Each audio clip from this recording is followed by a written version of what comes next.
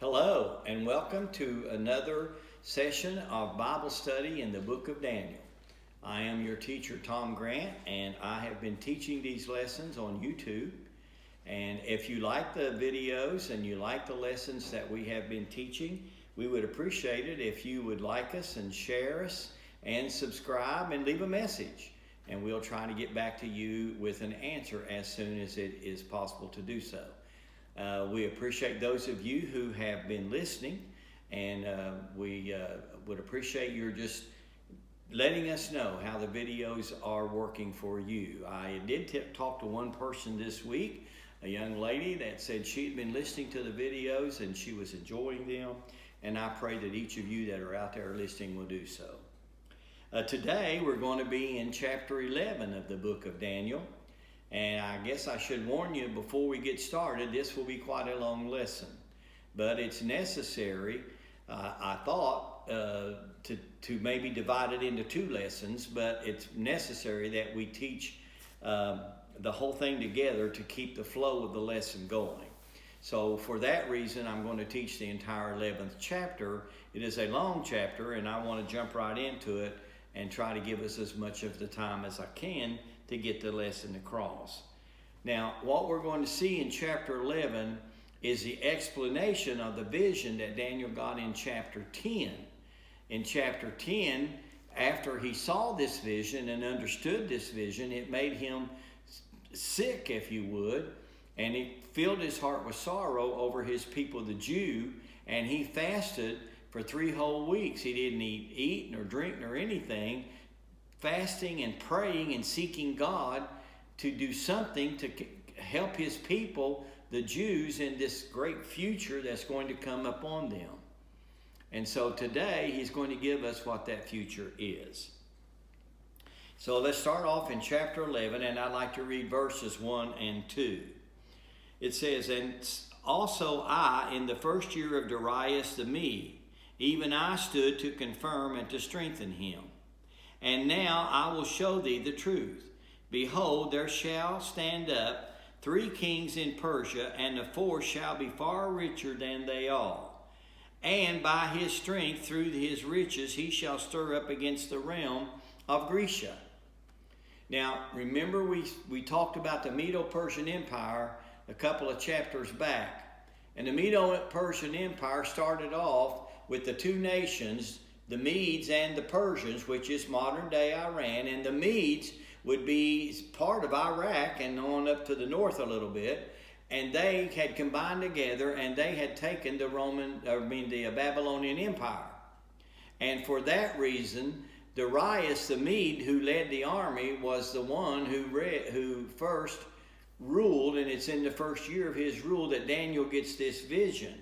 If you go back to chapter 10, you'll see that Daniel mentions that in the 3rd year of Cyrus, king of Persia, is when he understood it. So this vision was given to Daniel over a long period of time so that Daniel could digest it and could understand it.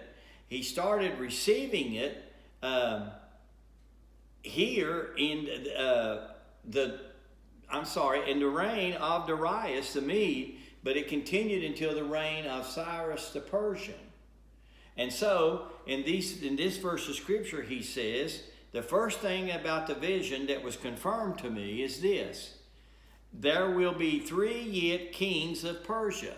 Now, Cyrus is the first Persian king, and he is the one we saw in chapter 10. There would be 2 more after him. But in here, we're talking about Darius the Mede, which is the first ruler, and then after Darius came Cyrus. And so, in the reign of King Cyrus is when Daniel actually is able to interpret this prophecy that he's been receiving for a whole year. And he says, "Now I will show you the truth. There shall stand up yet 3 kings in Persia, and a 4th shall be far richer than they all are, and by his strength, through his riches, he shall stir up all against the realm of Grecia." Now the 3 kings to come are, first of all, Ahasuerus, which is known by Cambyses in the Bible. And then Artaxerxes, which is known as Pseudo-Smyrna, And then you had Darius, another Darius, which is called Darius Hastaspius. And so, this is not Darius the Mede that reigned in the beginning. This is a Persian by the name of Darius, and his name is Hastaspia, I think, may be the right pronunciation. And the fourth king is Xerxes. And this king of Xerxes is the one that history records as being very, very rich of the Persian kings. And so now, with all of his riches, notice how it says it in verse 2, he shall stir up all against the realm of Greece. From the Persian army, they decide to attack Greece. And whenever they do, they get defeated. And so, we see then that the successors of Xerxes are not mentioned here. Look at verse 3. And a mighty king shall stand up that shall rule with great dominion and do according to his will. Now, the Xerxes, the heirs of Xerxes are not mentioned, and so then Xerxes is the last king. The mighty king that's mentioned here is Alexander the Great. Alexander the Great is the first king of the Grecian Empire. So the Persians decide to attack Greece, and they get defeated, and now Greece is ruling all of the known world. And the first king of the Grecians is Alexander the great king of the Persians, and he begins to reign in 335 BC. And he is the notable horn that you see in Daniel chapter 8. And so it's the same history that Daniel has seen, only this time it's going to go all the way out to the very end of the world in the second coming of Jesus Christ. Now look at verse 4. And when he shall stand up, his kingdom shall be broken, and shall be divided toward the four winds of heaven, and not to his posterity, nor according to his dominion which he ruled, for his kingdom shall be plucked up, even for others beside those. Alexander the Great dies in 323 BC. And the notable horn is broken, and the kingdom is divided into four parts. So the four generals that reigned with Alexander the Great, they each take a portion of Alexander's kingdom and begin to reign over it. And the four generals are namely these. There's one named Ptolemy. Ptolemy takes over Egypt and rules in Egypt. That's why you have the Ptolemies in Egypt as a dynasty for a long time to come. And then you have Darius, which is Darius Hastaspia. I'm not sure about the pronunciation. And what he takes is, he takes over,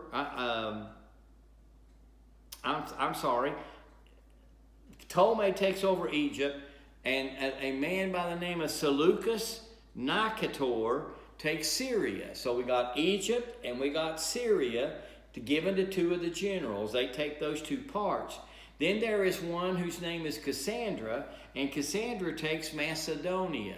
That's sort of the up toward the Mediterranean and up over the Mediterranean Sea, what we today would call Europe.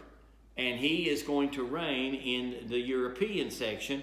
And then there is one called Lysimachus who takes Asia. Asia is modern day Turkey.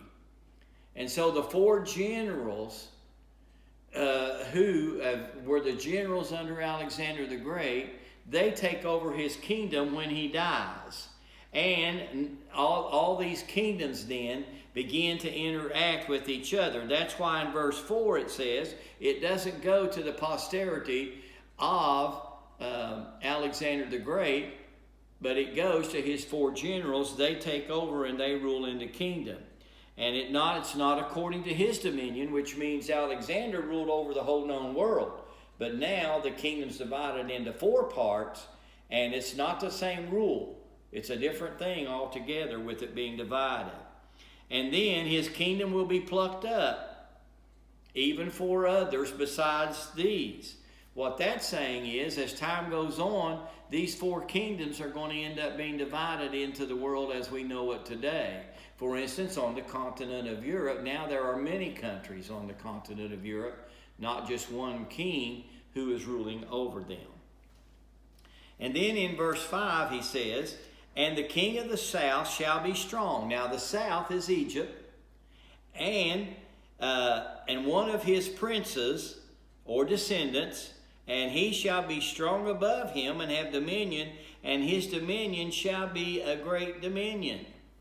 From this point on, the kingdom of Asia and Macedonia or Europe are not mentioned.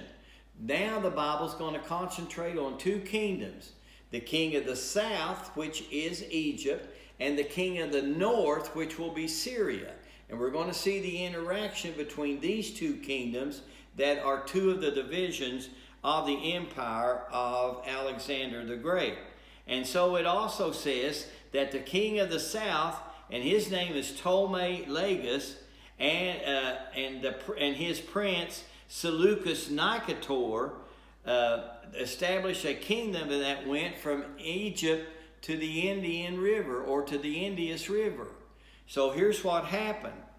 The king of the south, Egypt, is the first one to become strong. And they come up and through the land of Israel, and they work their way toward India and the Indus River. Then they are taking nation after nation in a conquering war. And notice that they come right through God's holy land of Israel to accomplish all of that. So that's one of the things that upsets Daniel. And it says that they will be strong, and they will have great dominion, and that they shall just do wonderful things. They're going to conquer a lot of the nations that had been part of one of the other kings who took over Asia. And they're going to go all the way over into that towards his kingdom, and they are going to be fighting warfare to expand the kingdom of Egypt. And if you check out history, the Ptolemies did that. They kept expanding the kingdom of Egypt in the world. Verse 6, and the end of years they shall join themselves together, for the king's daughter of the south shall come to the king of the north to make an agreement, but she shall not retain the power of the arm, neither shall he stand, nor his arm. But she shall be given up, and they that brought her, and he that begat her, and he that strengthened her in these times. Wow. What's that all saying? Well, here's what it's saying. This brings us to the year of 250 BC. And the alliance here between the king of the north, remember Syria is the king of the north, and the king of the south, which is Egypt. Okay, so Egypt and Syria decide to form an alliance. And the king of the south, his daughter Bernice, he gives to Ariochus Theus, who is the king of the north. So they try an arranged marriage between my daughter and your son. And by doing that, we can set up a world empire, and we can rule the world together. The alliance was that Antiochus had to divorce his first wife and child, and had to leave them, and he had to marry this child of his, and that the child he would have by the king of the south's daughter, that would be the ruling king. So the king of the north, he agrees to do this, the king of Syria. And he sets aside his first wife and his first son, and he marries the king of the south, the daughter of the king of the south, and promises that her child will reign. Well, the agreement is broken by Antiochus when Ptolemy dies. So Ptolemy, the ruler who gave his daughter, he dies in 347 BC, and Antiochus, who is the guy that he married her to up in Syria, he breaks the agreement because he calls back his first wife, and he poisoned his first wife poisoned Bernice and her son. So the first wife, who's jealous because she got kicked out, and the lady from Egypt takes her place. So she, after the death of Ptolemy, her father, she murders her and her son by poisoning them. And then Antiochus takes back his first wife and her son. And now we have a problem between the two nations. And so the agreement is broken, as it says it would be right here, because it says that they would make this agreement, but she shall not retain the power of the arm. She's murdered. The daughter of the king of the south is murdered, and neither shall he stand, the king, nor his arm, because the one lady kills the other lady. It was by poisoning, and then we have this estrangement that has now happened. Look at verse 7. But out of a branch of her roots shall one stand up in his estate, which shall come with an army, and shall enter into the fortress of the king of the north, and shall deal against them, and shall prevail.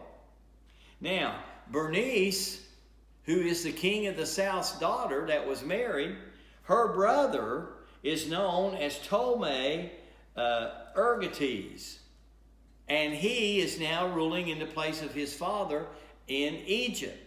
Well, he gets upset because his wife and her son are murdered, so he comes to avenge her death and attacks the nation of Syria. So now Egypt and Syria are in a war. But guess what? In order for Egypt and Syria to fight, they have to march through the land of Israel to do it. So again, God's people are under the pressure of two armies struggling to fight with each other, both of them marching through that land, both of them killing Jews, both of them taking the things that they need out of the land, and it becomes such a horrible time for the Jews. And so now there's this war that's going on. And Bernice's brother, he killed Seleucus II, who was now reigning in Syria, and the woman who killed his sister, he has her put to death. And so he seizes the king of the north's fortress and takes away the port of Antiochus. So now Syria loses its seaport, which is very important. And Egypt has now taken over Syria and is reigning in Syria, and the murders have been avenged. Okay, now look at verse number 8 and 9. And shall also carry captives into Egypt, their gods, with their princes, and with their precious vessels of silver and of gold, and shall continue three more years than the king of the north. So the king of the south shall come into his kingdom, and shall return into his own land. Okay, now Ptolemy Euergetes did exactly as this verse predicted. He came back to Egypt with 4,000 talents of gold that he brought back out of Syria after winning the war and avenging his sister's death. And he got 40,000 talents of silver, along with 2,500 of the idols and vessels that the people in Syria were worshiping. And so now he's the big dog in the block. And he's now ruling, and he's now reigning. Now look at verse 10. But his son shall be stirred up, and shall assemble a multitude of great forces, and one shall certainly come and overflow and pass through. Then shall he return and be stirred up even to his fortress. And the king of the south. Okay? And I better stop there and not get too far ahead of myself. In verse 10, in 240 BC, now notice how we're coming down closer to the birth and the coming of Christ all the time. This king's name is Seleucus Callinicus, and he is the king of the north now, and he has come to invade Egypt across the Mediterranean Sea. Okay? And he's got ships that he comes in. He comes across the sea. Instead of coming down through the land, he comes by sea directly against the nation of Egypt. And his ships are destroyed by a storm. A storm arises on the Mediterranean Sea and wipes out his fleet. This verse records for us that his sons, who were Seleucus III and Antiochus the Great, became stirred up against Egypt because their father is going to go to war and sails across the Mediterranean Sea and is destroyed in the storm. So Seleucus III, his son, began a war with the Egyptian province in Asia Minor, but was defeated. He first tried to attack over in Asia Minor. But he gets defeated, so now he comes back and they gather. They have defeated him. So the other son, Antiochus the Great, he decides to invade Egypt.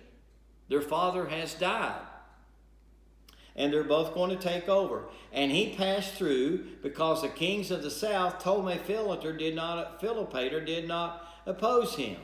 Now there's another Ptolemy on the throne at this time called Ptolemy Philopator.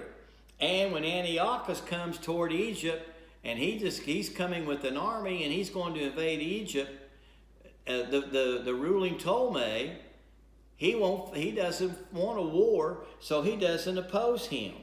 So in 218 BC, Antiochus invades the fortress of the Egyptians in Gaza, and he decides to come on down and take Egypt, and this really emboldens him.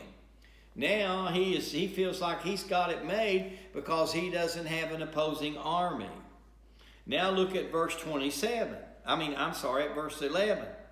And the king of the south shall be moved with choler, and shall come forth and fight with him, even with the king of the north. And he shall set forth a great multitude, but the multitude shall be given unto his hand. Now it's down to 217 BC, and Ptolemy Philopator, he got very angry finally with Antiochus the Great, and he comes against him with a huge army and defeats him. Now you've got another army, but notice it's not with ships this time. Again, they come and they fight right through the land of Egypt, fighting this battle between Syria and Egypt. And Daniel sees again the destruction of his people. It just keeps going on and on and on, army after army. Okay, now look at verse 12. And when he had taken away the multitude, his heart shall be lifted up, and he shall cast down many 10,000s, but he shall not be strengthened by it. The people of Egypt rise up, and Ptolemy is emboldened by his success, and they put down tens of thousands that are being led by the king of the north. They defeat this army of the king of the north and leave tens of thousands dead. The battle was known as Raphia, but instead of pressing his advantage, what the king Ptolemy wants to do is to get back to his licentious lifestyle that he has in Egypt. So by doing that, he is no longer going to press his advantage and invade Syria, but now he's going to go back to his homeland in Egypt. And so for a short period of time, there is peace. But notice what verse 12 says. And when verse 13. For the king of the north shall return, and shall set forth a multitude greater than the former, and shall certainly come after certain years with a great army and with much riches. Look at 14. And in those times there shall be many stand up against the king of the south. Also the robbers of thy people shall exalt themselves to establish the vision, but they shall fall.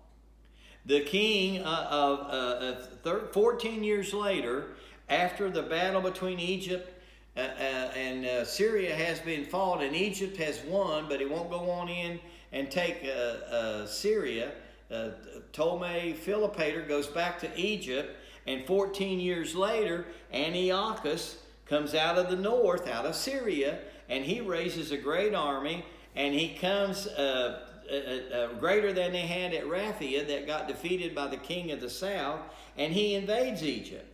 And Ptolemy Philopator of the south had died, and he had left an infant son whose name was Ptolemy Epiphanes on the throne. And notice what it says, in verse 13 and 14, the king of the north will return, and in those times there shall stand up against the king of the south.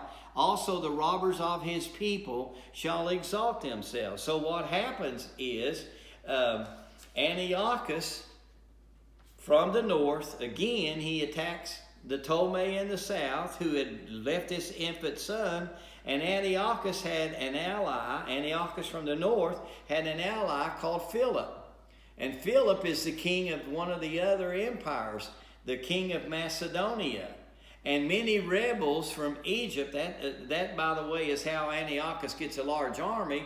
The king from Macedonia joins with the king of Syria. They come down and fight against Ptolemy. He has got an infant son on the throne, and so they just come in and they take them. And as they come through Israel, there are people in Israel who are rebels, and they are known as the robbers of their own people. They were willingly sacrificing their own people just to get gain because of the war that's going to be fought in that land. So again, Daniel sees his people being destroyed by these invading armies from the north and the south that are going to continue to depose one another. And now we'll look at verses 15 and 16. So the king of the north shall come, cast up a mount, and take the most defenced cities, and the arms of the south shall not withstand. Neither his chosen people, neither shall there be any strength to withstand. But he that cometh according to him, against him, shall do according to his own will. And none shall stand before him, and he shall stand in the glorious land, which by his hand shall be consumed. Now the invasion of the glorious land that's mentioned here is Israel. And it is invaded by King Aristarchus, the king of the north, as he is coming down to fight against the king of the south. In verse 15, it tells us he goes after all the smaller towns and cities first, and then he goes after the larger ones. And he builds mounds against those cities that have walls, and he besieges them, and he basically starves the people inside of them until they surrender. And the king of the south, which is that infant son of Ptolemy, he does not understand, nor is he strong enough to resist him, nor can the Jews or anyone else resist him. He's going to come into the glorious land. He's going to do as he pleases, and no one can stop him until he consumes the entire land. So what are you seeing? War after war after war, and God's people are right in the middle of it, and they are going to suffer greatly. And so now that brings us down in this verse 15 to verse 17, and we're now down to the years of 198 to 195 BC. And now let's look at verse 17. He also shall set his face to enter with the strength of his whole kingdom, and the upright ones with him. Thus shall he do, and he shall give him the daughter of women, corrupting her, but she shall not stand on his side, neither before him. In 198 to 195 BC, Antiochus the Great, he decides that he wants to capture all of Egypt. Now he's taken all of the glorious land. So an agreement is reached between Antiochus and Ptolemy Epiphanes of Egypt. So Ptolemy of Egypt is trying to stop this Syrian invasion, and he makes an offer. I will give you my daughter to marry if you will withdraw. That way we'll be family. Remember, they tried this before in earlier verses, and it did not work. Well, the daughter that they're talking about here out of Egypt is the daughter Cleopatra. We've seen movies about Cleopatra and all of that kind of stuff, but she was actually about a 12-year-old girl that was given in marriage to the king of the north. And so Cleopatra, she is called the daughter of women because she is very young, 12, and she is under the care of her mother and stepmother. Okay? Therefore, she's a young girl. The treaty fails because Cleopatra, a 12-year-old girl, she doesn't want to be married off to this king from the north, and she doesn't care anything about war. She's living in a palace, lap of luxury, and none of that stuff means anything to her, so she doesn't stand with her husband. And the treaty again fails. Notice what happens when nations make treaties. They fail. Why? Because men are involved. But through all of this, the Jews are suffering because as they approach each other in war, they are continually going through Israel and destroying the country. Now look at verse 19. Then he shall turn his face toward the fort of his own land, but he shall stumble and fall and not be found. Okay? Antiochus returns to his own land, and he dies trying to plunder the temple of Belus in a place called Elamius. On the way back home to Syria, he goes another direction, and he goes off into an area of the world in Belaus, and the place is called Elimus. And there, when he tries to besiege the temple of that nation, he is killed in the battle. All right. Then in verse 20 it says, Then shall stand up in his estate a raiser of taxes in the glory of the kingdom, but within a few days he shall be destroyed, neither in anger nor in battle. This is in the year of 187 to 176 BC. Seleucus Philopator, who was out of the north, he was called a raiser of taxes by the Jews because of the high taxes that he placed on them when he ruled over them. And he extracted everything they had. And again, who's this all concerning? The Jews. Who does Daniel want to know about? The Jews. And so he is a tax raiser of taxes. He extracts very high taxes from his own nation. He has a tax collector whose name is Helidorus. And Helidorus poisons him, so he was not destroyed in anger or in battle. Helidorus wants the money.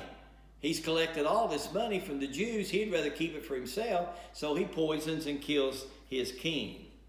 And then that brings us down into verse 21. In verse 21, And in his estate shall stand up a vile person, to whom they shall not give the honor of the kingdom, but he shall come in peaceably and attain the kingdom by flattery. Now the king of the north is replaced after he is poisoned by a king whose name is Antiochus Epiphanes. And Antiochus Epiphanes has no legal claim to the throne of Syria, but he uses flattery and trickery to obtain it. That's why they don't like him. He's not royalty. He's used while all the kings are fighting these battles. He's been working in his nation of Syria and using trickery and flattery to gain a reputation and to gain in power. And so now he comes in power. You see him early on in Daniel chapter 8. And he is the youngest son of Antiochus the Great. He is called Antiochus Epiphanes. Now look at verses 22 through 24. He was very successful in defeating his enemies. Notice this. And with the arms of a flood shall he overflow from before him, and shall be broken, yea, also the prince of the covenant. And after the league made with him, he shall work deceitfully, for he shall come up and shall become strong with a small people. He shall enter peaceably, even upon the fattest places of the province, and he shall do that which his fathers have not done, nor his fathers' fathers. He shall scatter among them the prey, and spoil, and riches, yea, and he shall forecast his devices against their strongholds, even for a time. He's very successful in defeating his enemies, and he destroys them all. Now, his nephew, which is Ptolemy Philometor, not Philopator, Philometor, who is now ruling in Egypt, is the nephew of him. And he tries to stop him by making a covenant with him. Philometor comes to Antiochus and wants to make a covenant. But Antiochus Epiphanes defeats him and his general. And after he defeats them, he pretends he's going to make a treaty with Ptolemy. And he works deceitfully and brought only a small army and entered into Egypt claiming peace. Oh, I want to come in peace, and I'm going to come with a small army, and we want to make peace. But instead, he took the country and conquered Egypt as far as the city of Memphis, which is on the Nile River in the land of Egypt. He took possession of all the fertile farmland and the cities of Pelusium and Naucratis and Alexandria. Antiochus and Ptolemy Philopator then make a league which will that they will work with each other. Now, here's why they make the league. Antiochus has dreams of conquering the world. If you're going to win the battle fighting the world, you got to feed your soldiers. Egypt, because of the overflowing of the Nile River every year, has the best wheat in the world. Therefore, if I capture the fertile land in Egypt, I'll have the army to feed the food to feed my army. And that's exactly what he did. Then he wants to make his treaty after he's got what he wants. Now look at verse 25.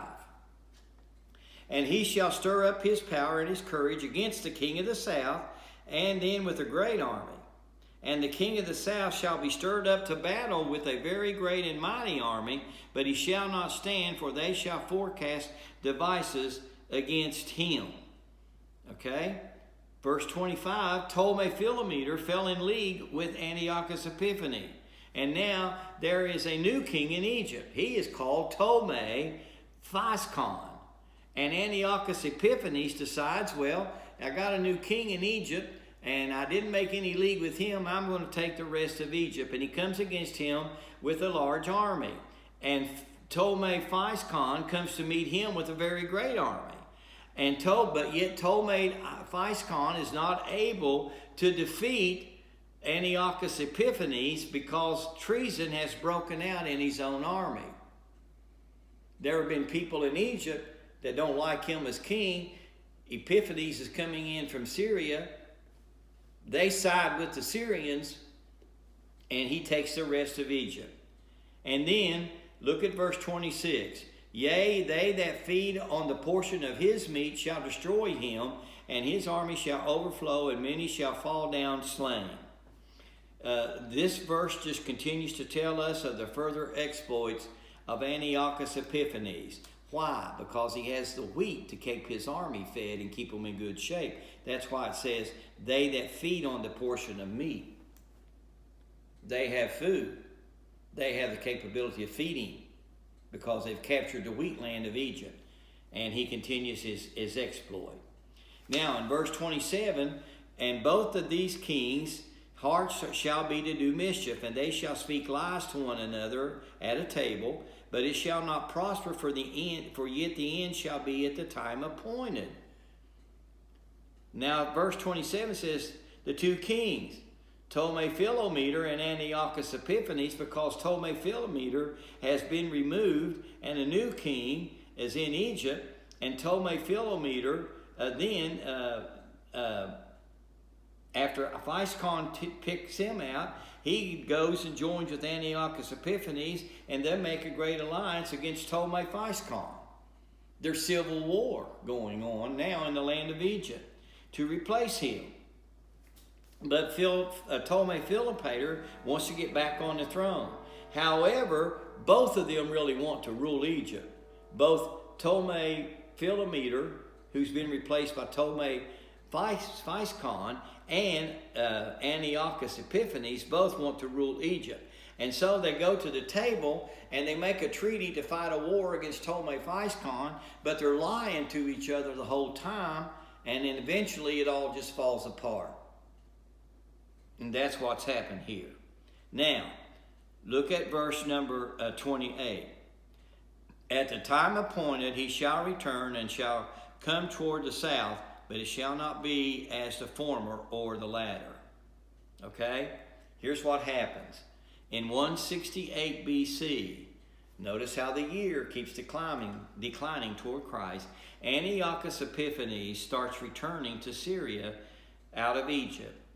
And he comes to the Holy Land on his way back. And this is the first time that he did terrible things to the Jews in Israel. He had great riches and was eventually defeated by the Maccabees. Remember the Maccabees that were there after Christ? The Maccabees were a group that got started back at this time. And then when he is defeated by the Maccabees, Antiochus Epiphanes goes back home to Syria. Now look at 29 and 30. At the time appointed, he shall return, and he shall come toward the south, but it shall not be as the former or as the later, because verse 30 says, for the ships of Chittim shall come against him, therefore he shall be grieved and return, and give indignation against the holy covenant. So shall he do, he shall even return and have intelligence with them that forsake the holy covenant. Now, Ptolemy's back in Syria. Antiochus Epiphanes, is back in Syria. But he still wants Egypt. So he decides he's going to come down and he's going to attack Egypt. again. But guess what? You see in there in verse 30 it says the ships of Chittim. Chittim is Rome. Who's been gaining in power through all of this time? The Roman Empire. Now the Roman Empire, they come to Antiochus Epiphanes, who is coming down to attack Syria, and they tell Antiochus, you turn around and go home. And when the Romans speak, the Romans mean it. Okay? And so when he comes back, the fleet of Rome comes, and Rome had a great naval fleet.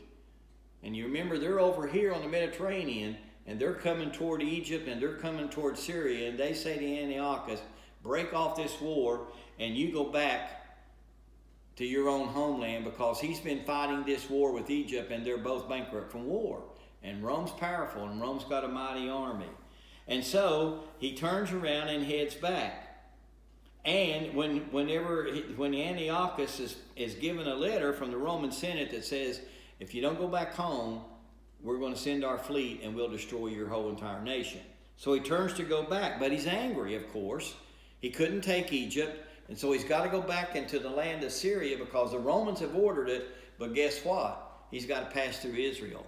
And he takes it out on the Jews because he's so angry. He does horrible, terrible things to the Jews. Defiles the whole nation, defiles the temple. History records he took a pig in, which the Jews were commanded not to touch or eat pork, and he slays a pig on the altar in the temple of God. And he's a horrible man, and the Jews suffer mightily under his hand. And so he goes back home, and he turns back to Syria. He is a defeated man, but he really takes it out on the Jews. And he also is helped by some other Jews who have become apostates. They don't want to serve God. They don't want anything to do with God, and they help him invade this country of their own. And now in verse 31, and arms shall stand on his part, and they shall pollute the sanctuary and take away the daily sacrifice, and they shall place the abomination that maketh desolate. Okay? This verse brings us to the end of Antiochus Epiphanes.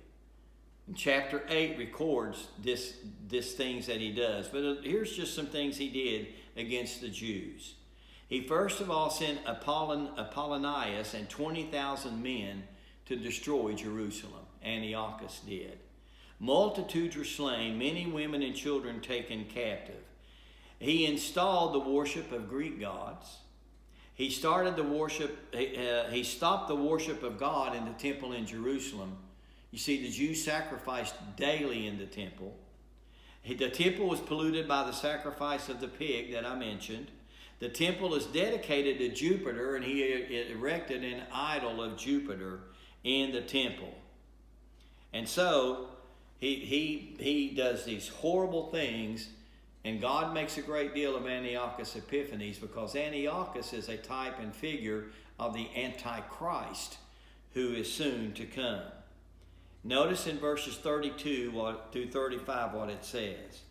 And such as do wickedly against the covenant shall, and I got to get my page to turn here.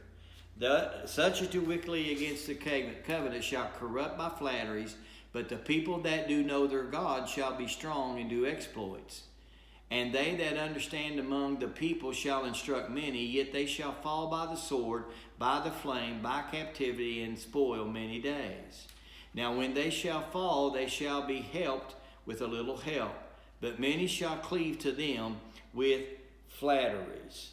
And in verses 32 and verse 35 it says, and some of them of understanding shall fall to try them, and to purge, and to make them white, even to the time of the end, because it is yet for a time appointed. In verses 32 through 35, you now have two classes of Jews going forward from this time. One that does wickedly against the covenant. Those that want to forsake God and his word and his commandments and all the things that he's told them, and those who are trusting God and who know God. It's like our world today. Today we have two classes of people in America and in the world. Those who are saved, Christians, and all the others that are unsaved, non-Christians.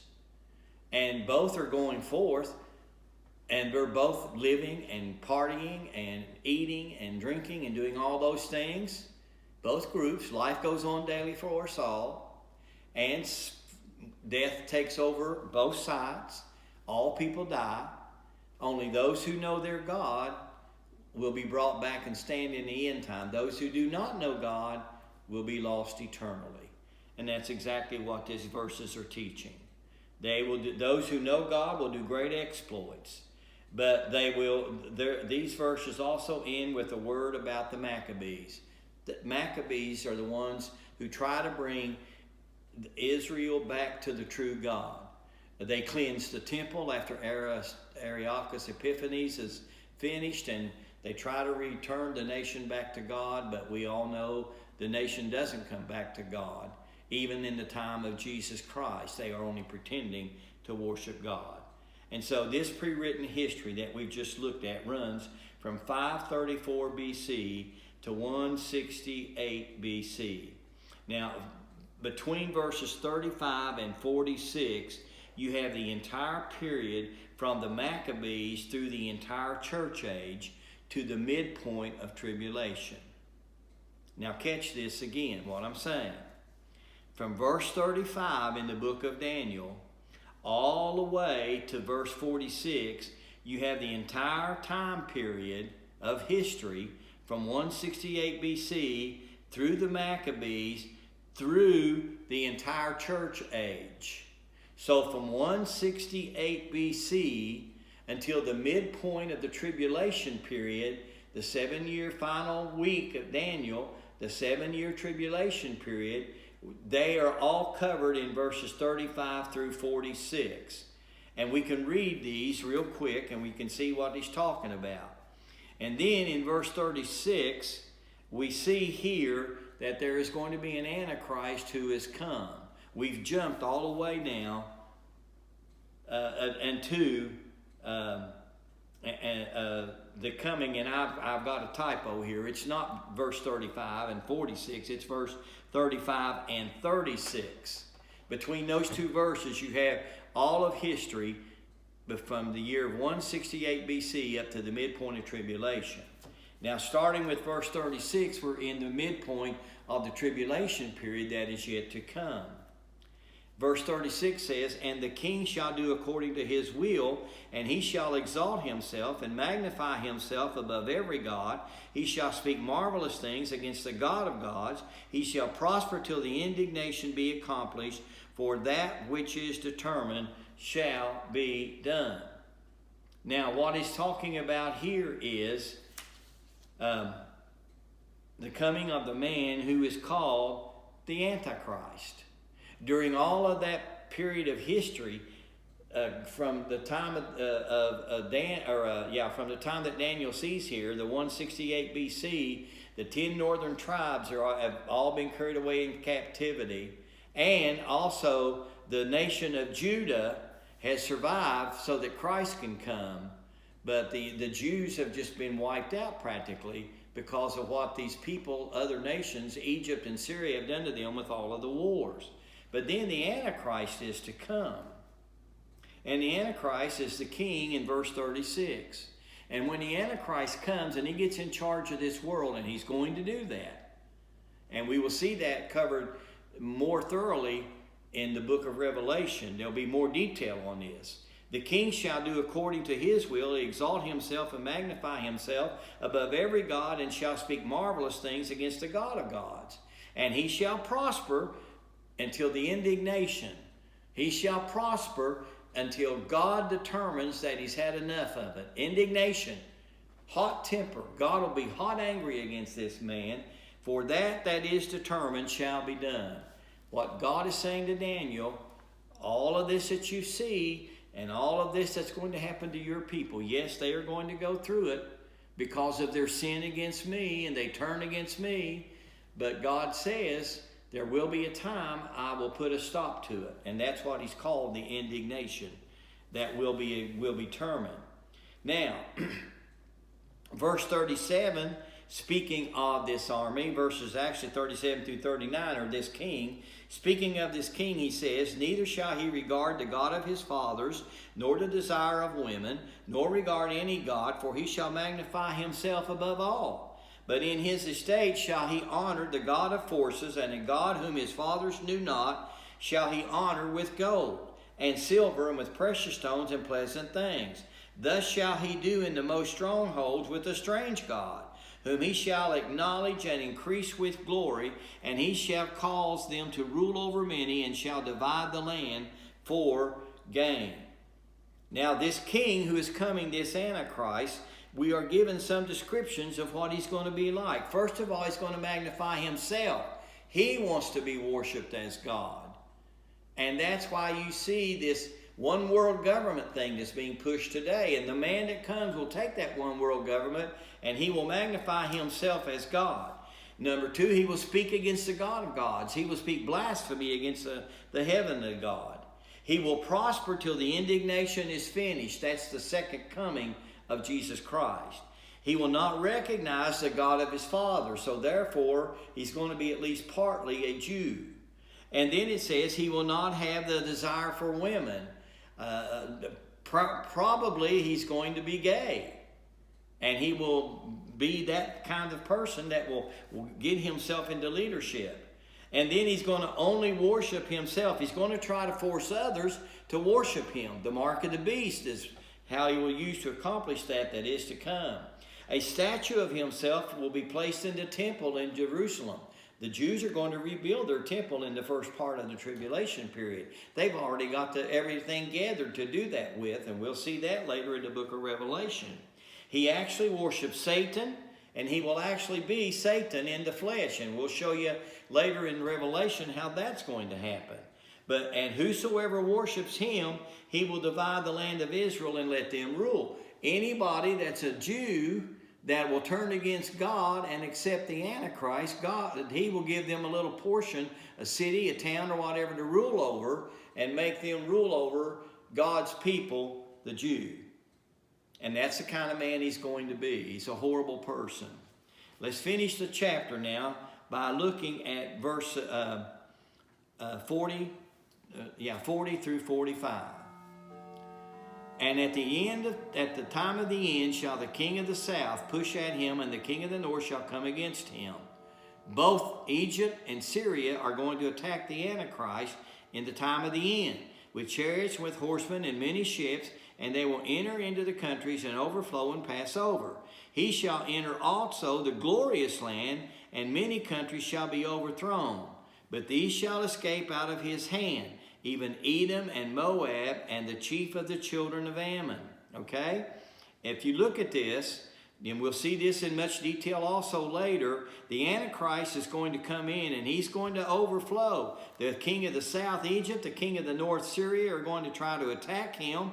But then notice there's a colon at the end in verse 40 of the word ships. And then it says, he shall enter the countries and overflow and pass over. He's going to wipe out Egypt and Syria and going to take charge of them. He's going to win this battle between all of them. He's going to enter the glorious land, Israel, and many countries will be overthrown.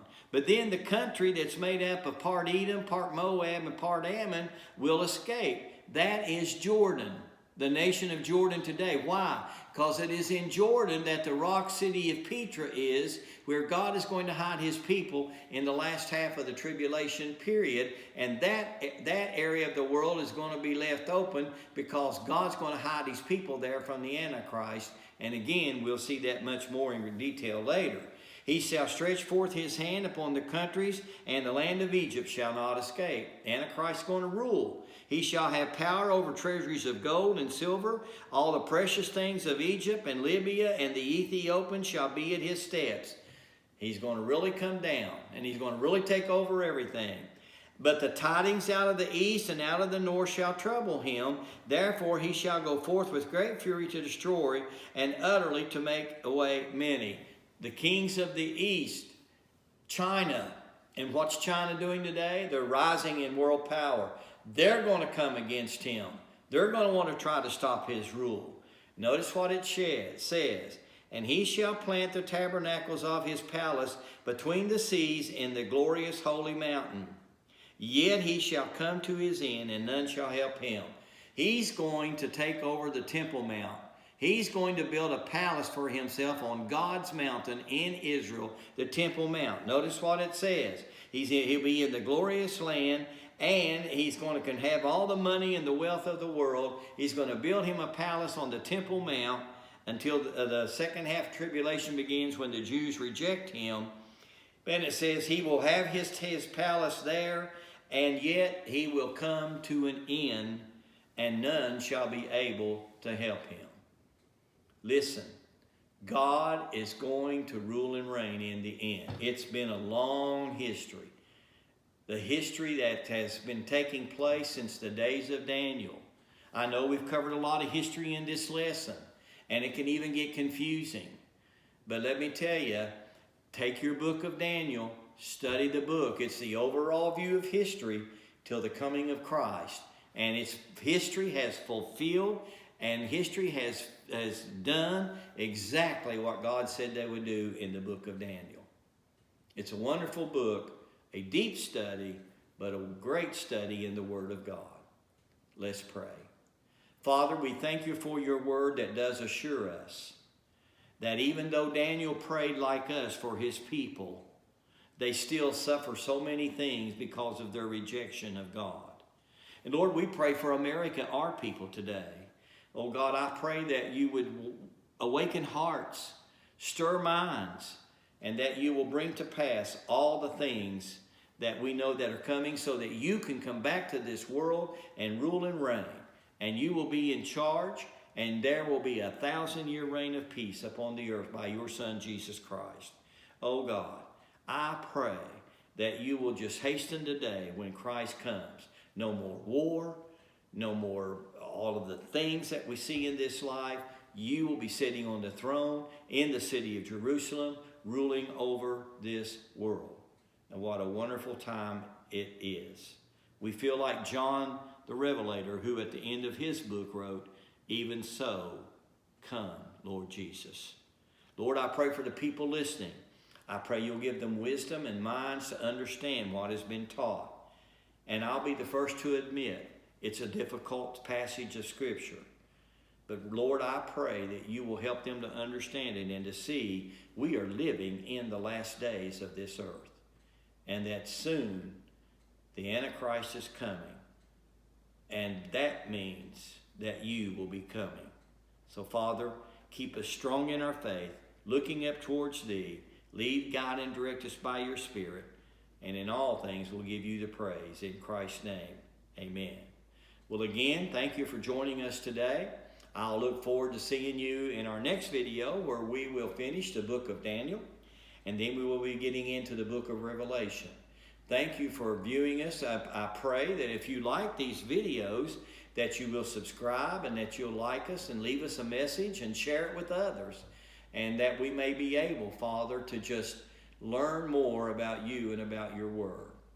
So until next week, I pray that you will have a blessed time. Until the next video, have a wonderful time, and may God bless you with enjoyment through this Christmas season, and may you just be able to gather with your family and lift up your voices in praise to God. So until the next video, we look forward to seeing you, and we'll be praying for you. Thank you, and have a wonderful day. And goodbye.